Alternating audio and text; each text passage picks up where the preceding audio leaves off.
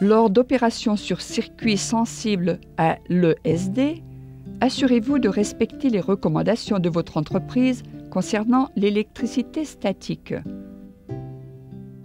La première étape consiste à déterminer la présence de vernis,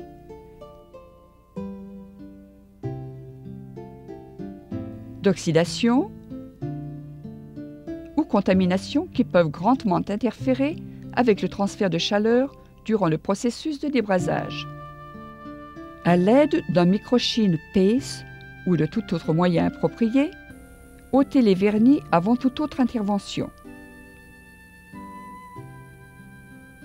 Visionnez les autres vidéos PACE concernant le retrait des vernis. Un solvant homologué par votre entreprise doit être utilisé pour retirer les contaminants et oxydes. Un flux homologué peut être également utilisé pour désoxyder et assurer un bon transfert de chaleur. Il est également important d'évacuer toute humidité excessive sur la carte avant toute autre action.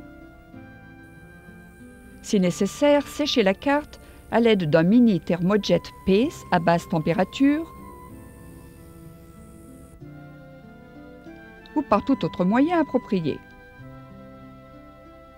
Des pannes propres, correctement étamées, sont essentielles à un transfert efficace de la chaleur durant le processus de refusion et de retrait du composant.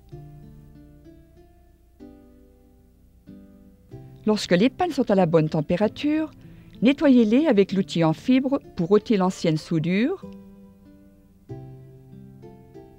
puis utilisez l'éponge pour enlever les oxydes restants.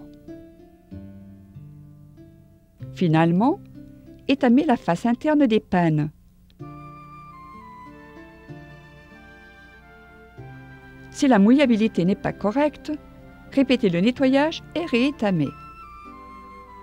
Si vous ne réussissez toujours pas, vérifiez la nature de votre fil et du flux utilisé. Utilisez un procès de reconditionnement homologué par votre entreprise. Lorsque la panne est étamée, ajustez l'écartement à l'aide de la molette afin que la panne s'ajuste parfaitement aux composants. Pour un débrasage rapide et sûr, il est impératif que la panne soit parfaitement en contact simultanément sur toutes les pannes pour une refusion uniforme. Pour améliorer le transfert de chaleur et le lien thermique avec toutes les connexions, il existe 3 méthodes différentes. Celles-ci comprennent l'application de flux, le pont de soudure, la préforme de soudure.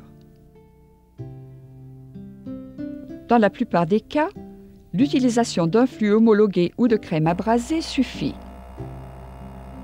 Au cas où la panne n'assure pas un contact simultané avec toutes les connexions, le pont de soudure est le plus sûr et efficace des moyens d'améliorer le transfert thermique. Il accélère grandement le procès de débrasage.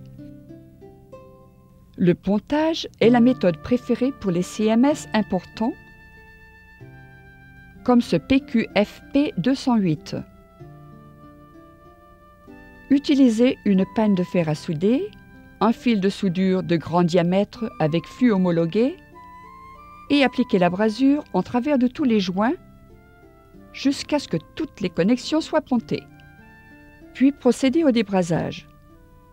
Le pontage garantit une refusion rapide et complète par un chauffage simultané de tous les joints de soudure, éliminant virtuellement toute cause de dommage.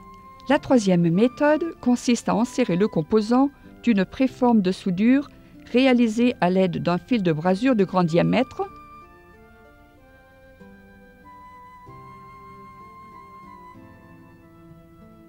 puis d'en retirer l'excédent. L'apport d'un flux additionnel va aider au transfert de chaleur. Avant de procéder au dessoudage, il s'avère peut-être nécessaire d'augmenter l'écartement de la pince afin que les pannes entourent la préforme avant de saisir le composant.